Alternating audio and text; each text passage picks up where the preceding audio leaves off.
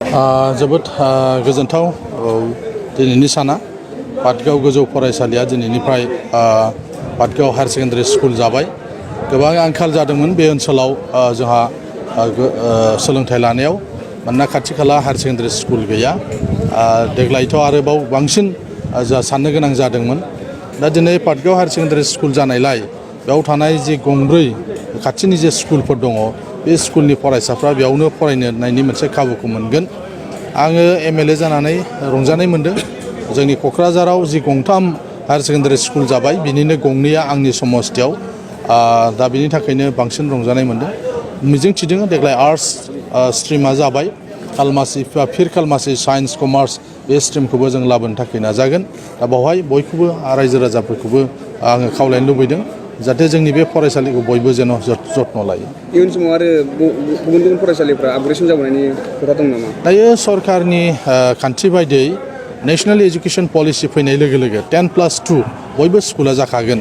नाथाय दायो गिबियै माखासे आंखालफोरखौ नोजोर होनानै माखासे स्कुलफोरखौ खालामबावनाय जादों। क'क्राझार जिल्लानिफ्राय गोबां फरायसालिफोरखौ हरदोंमोन। दा बिनि गेजेराव हयथ'बा आरोबाव गंसे गंनै स्कुला जाबावनो हागौ। नाथाय खालमासिनिफ्राय जुदि नेशनेल एजुकेशन पलिसिया जाखायोब्ला गासैबो हाई स्कुलानो 10+2 महर मोनखागोन। आसामनि एजुकेशन मिनिस्टार बिथाङा गोदान इसुखौ फोसावदों सोलोंथाइनि बिथिङाव। सप्तायाव सानथामल' फरायसालियाव हाबनो मोननायनि मोनसे माबा होदों। बेजों माबायदि फरायसाफ्रा दावगानो हागोन? दानि कभिड प्रट'कलखौ नोजोर होनानैसो बेखिनिखौ खालामनो गोनां जादों। बियो गासैबो सम फैनाय लोगो लोगो थिग जागोन। दायो नायबाय थादों थार्ड वेभ जे कभिडनि बेबायदि फैयोब्ला मा जानो हागौ आरो जानो हाया। बेनिखायनो क्लास 10, क्लास 12 आरो डिग्री फाइनाल बा फाइनाल इयारनि स्टुडेन्टफोरनि थाखायल' क्लासखौ खालामनायनि थाखाय मोनसे बिथोन होदोंमोन। दा बेफोर गासैखौबो सरकारा नायबाय थादों मारै मा खालामनो हागौ। एखेबारे बन्द' जानानै थास्लायस्लाय माखासे समाव जाहाथे सोलोंथाइनि क्लासखौ खालामनो हायो बेबायदिखौ नोजोर बोनानै खालामनाय जादों। जोंनि सरकारा गासैबो बाथ्राफोरखौ नोजोर होनानैसो गोदानै बे जे SOP नि बे बाथ्राखौ फोसावनाय जादों। नोंथांमोननि पाटगाव फरायसालिया दिनै हायार सेकेन्डारि आसा गोजोननाय थाबाय नोंथांमोननिसिम।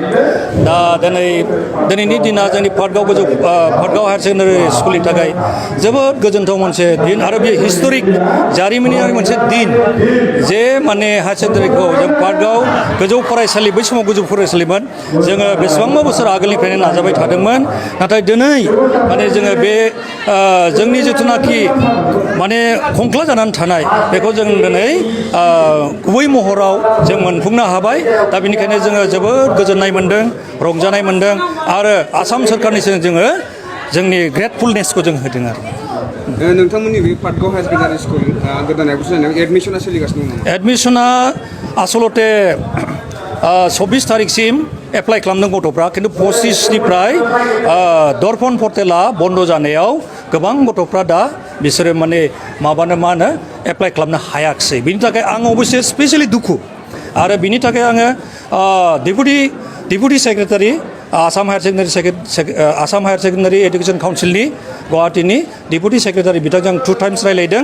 माब्रैबा पर्टेलखौ खेवनानै होनो हायो नामा, आरो हायाबा अफलाइननि बेबस्था दङ नामा, जेन गथ'फ्रा दा जे एप्लाइ खालामनानै मोनाखै बे गथ'फ्रा जेन' एप्लाइ खालामनानै बेयावनो फरायनायनि सुबिदाखौ जेन मोनो, एडमिसन मोनो। बिनि थाखाय आङो बिथांजों कन्टेक्ट खालामदों। लोगोसे बिथाङा आंनो ओरैबायदि बुंदों, आं नाजानि सेस्था खालामनि मा जायो होननानै। दा नोंथांमोना दिनै इनागुरेसन हाबाफारि खालामदों, बे हाबाफारिनि सोमोन्दै मा बुंगोन? दिनै इनागुरेसननि हाबाफारियाव थारमाने जोङो डाइरेक्टर काम IS सारखौ जोङो लिंहरदोंमोन आलासि महरै।